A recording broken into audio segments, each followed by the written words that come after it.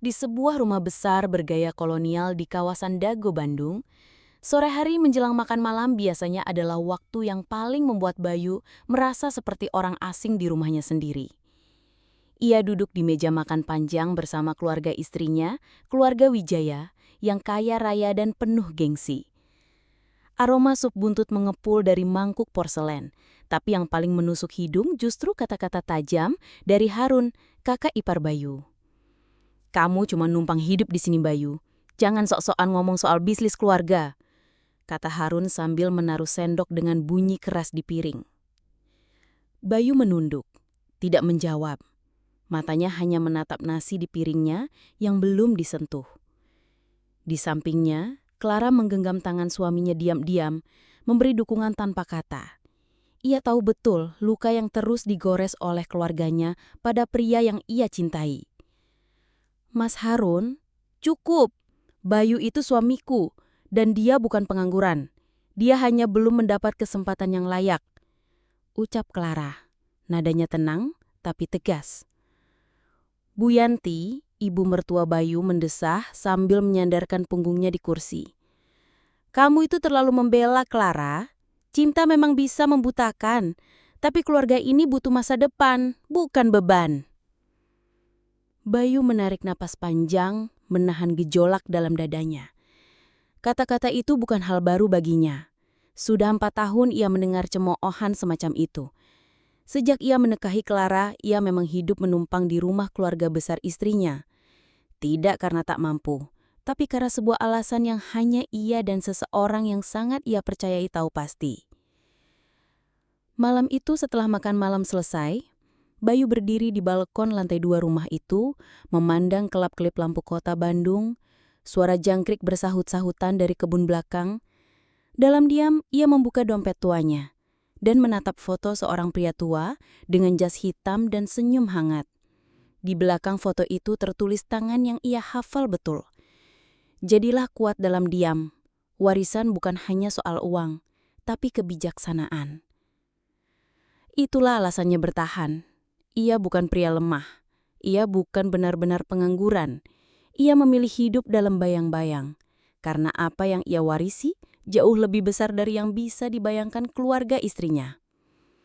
Beberapa hari kemudian, ketika Clara sedang sibuk mengurus desain interior di ruang kerjanya, Bayu menerima pesan singkat dari nomor tak dikenal. Isinya hanya satu kalimat. "Kami perlu bertemu. Ada yang harus diserahkan." Lokasinya, restoran Prancis mewah di kawasan Cium Beluit, pukul 20.00 malam. Bayu mengenakan kemeja putih polos dan celana kain sederhana. Ia naik ojek online, tidak ingin menimbulkan kecurigaan. Setibanya di restoran, pelayan langsung membimbingnya ke ruang VIP yang terisolasi dari pengunjung lain. Di sana, duduk seorang pria tua berkacamata emas, mengenakan batik coklat tua.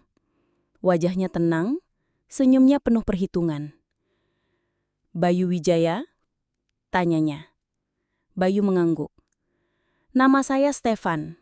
Saya pengurus utama yayasan dan keuangan almarhum kakek Anda, Bapak Wirya Wijaya Purba." Bayu menegang.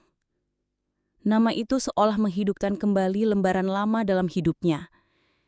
Kakeknya, Wirya, adalah salah satu pengusaha paling berpengaruh di Jawa Barat pada zamannya. Tapi sejak kecil, Bayu disembunyikan dari dunia luar untuk melindunginya dari ancaman keluarga besar yang haus kuasa. "Ini untuk Anda," kata Pak Stefan sambil menyerahkan sebuah kartu hitam dengan nama Bayu W. Purba terukir elegan di permukaannya. "Apa ini?" tanya Bayu pelan. "Kartu akses penuh ke seluruh aset keluarga Purba. Anda kini pemilik sah dari Wijaya Purba Corp, serta 17 properti besar, 6 perusahaan, dan saldo tunai yang sudah kami transfer ke rekening atas nama Anda." Bayu hanya bisa menatap kartu itu dalam diam. Tangannya gemetar. Dunianya baru saja bergeser dalam satu malam. Ia datang sebagai pria yang dianggap tidak berguna dan keluar sebagai pemilik kekayaan triliunan rupiah. Kenapa sekarang? Kenapa bukan dulu? Karena perjanjian warisan baru boleh diaktifkan saat Anda genap 30 tahun. Hari ini, Anda berusia 30 tahun. Bayu mengangguk perlahan. Pak Stefan tersenyum kecil. Terserah Anda ingin gunakan warisan ini untuk apa. Tapi satu hal yang pasti, kakek Anda percaya Anda akan memilih jalan yang benar. Sepanjang perjalanan pulang, Bayu menatap kota Bandung dari jendela mobil. Lampu-lampu kota berpendar lembut. Malam terasa lebih berat dari biasanya. Kini bukan hanya beban hinaan yang ia pikul, tapi juga tanggung jawab besar dari warisan yang disembunyikan selama ini. Sesampainya di rumah, ia masuk ke kamar tanpa suara. Clara sudah tertidur. Buku desain terbuka di atas dada. Bayu duduk di pinggir ranjang dan menatap wajah istrinya yang damai. Ia menggenggam tangan Clara dan berbisik, "Aku akan ubah semuanya. Tapi kamu nggak boleh tahu dulu. Karena aku ingin kamu tetap mencintaiku. Bukan karena apa yang kupunya, tapi karena siapa aku." Esoknya, Bayu mulai menata ulang hidupnya. Ia membuka kembali laptop lamanya, mengakses data perusahaan-perusahaan di bawah Wijaya Purba Corp. Ia menemukan satu perusahaan konsultan properti yang punya potensi tapi hampir bangkrut.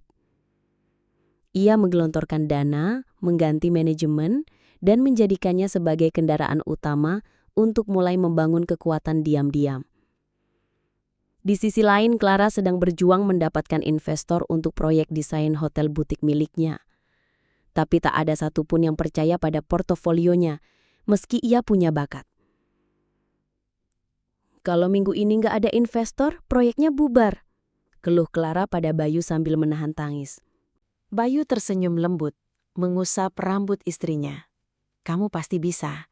Kadang keberuntungan datang dari tempat yang nggak kita duga." Malam itu, Bayu menandatangani perjanjian sebagai investor anonim untuk proyek Clara, melalui salah satu anak perusahaan yang ia kendalikan. Keesokan harinya, Clara menerima email dan panggilan telepon. Clara menatap layar ponselnya tak percaya. Matanya berkaca-kaca. Ia langsung memeluk Bayu. "Mas, aku berhasil. Mereka mau invest." Bayu hanya tersenyum. Dalam hatinya, ia tahu, ini baru permulaan. Dunia telah berubah. Tapi ia tetap memilih berjalan pelan. Karena kekuatan sejati bukan datang dari apa yang terlihat, tapi dari apa yang dilakukan dalam diam. Bayu duduk di sudut kafe kecil di kawasan Braga, dikelilingi oleh suasana retro dan denting piano yang mengalun lembut dari pengeras suara. Di depannya, laptop tua menyala, menampilkan grafik saham dan laporan keuangan.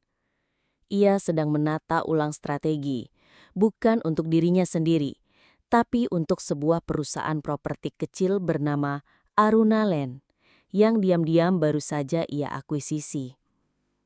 Sementara itu, di rumah, Clara tampak sibuk menyiapkan presentasi desain hotel butik miliknya.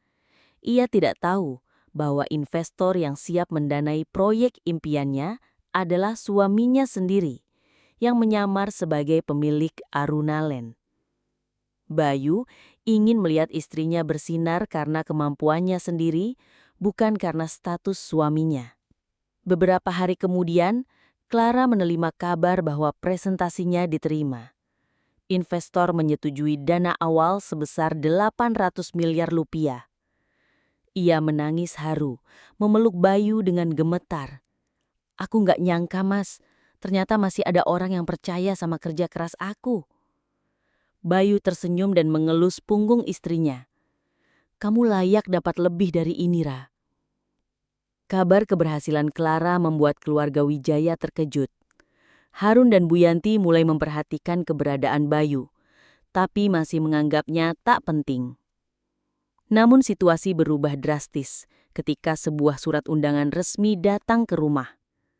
Undangan gala dinner eksklusif dari Wijaya Purba Corp, perusahaan properti raksasa yang selama ini misterius karena tidak pernah memperlihatkan pewaris utamanya. Harun tertawa saat membaca nama perusahaan itu.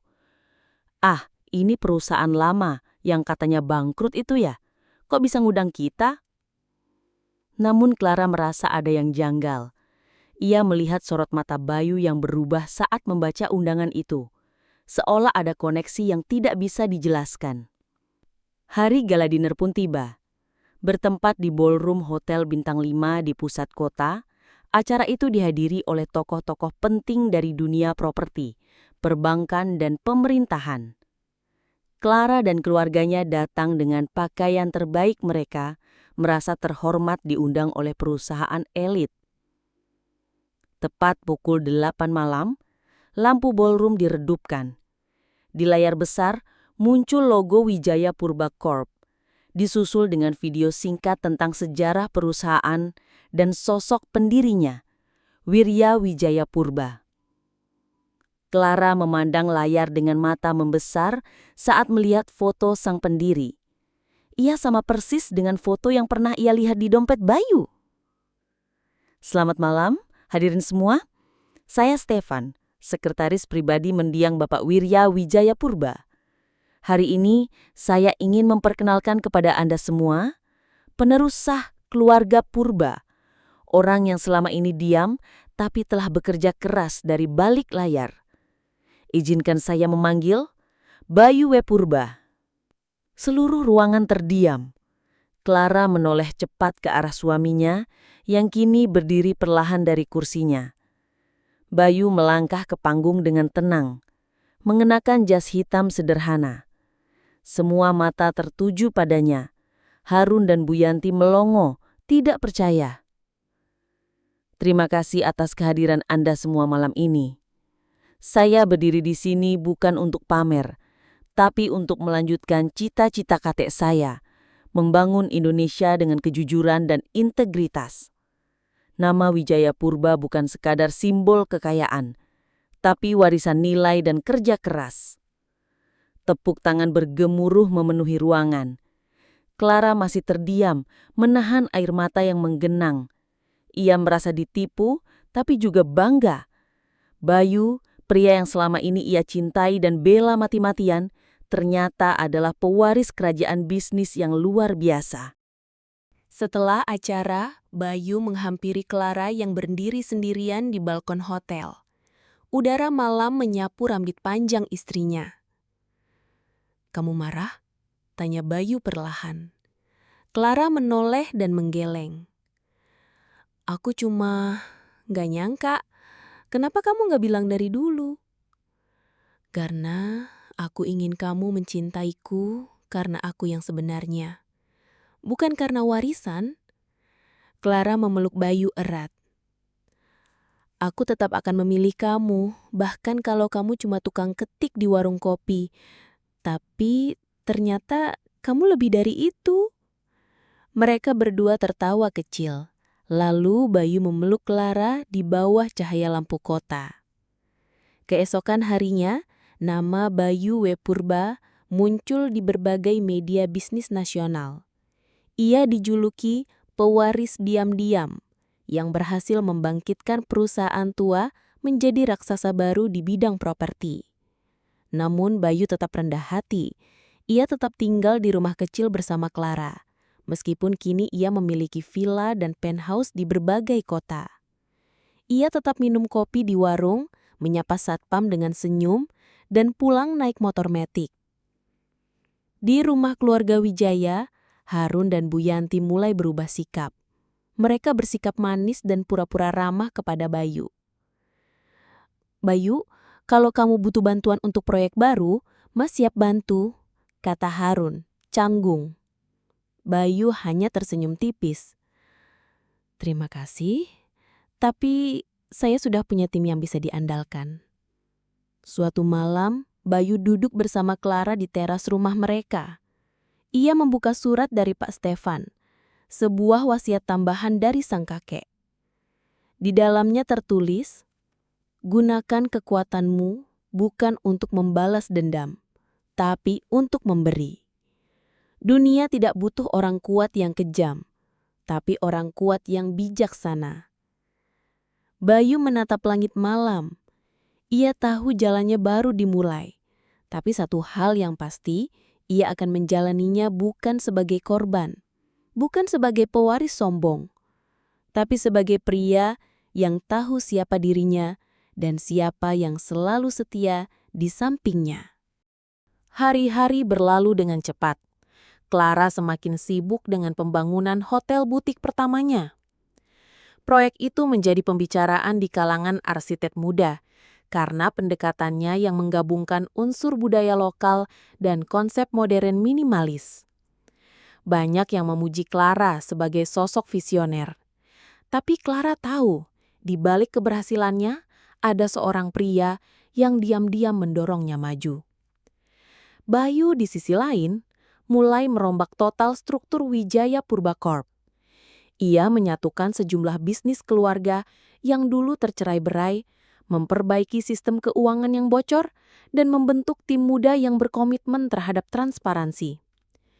Ia menghapus praktik nepotisme yang dulu merajalela dan membuat sistem promosi berbasis kinerja.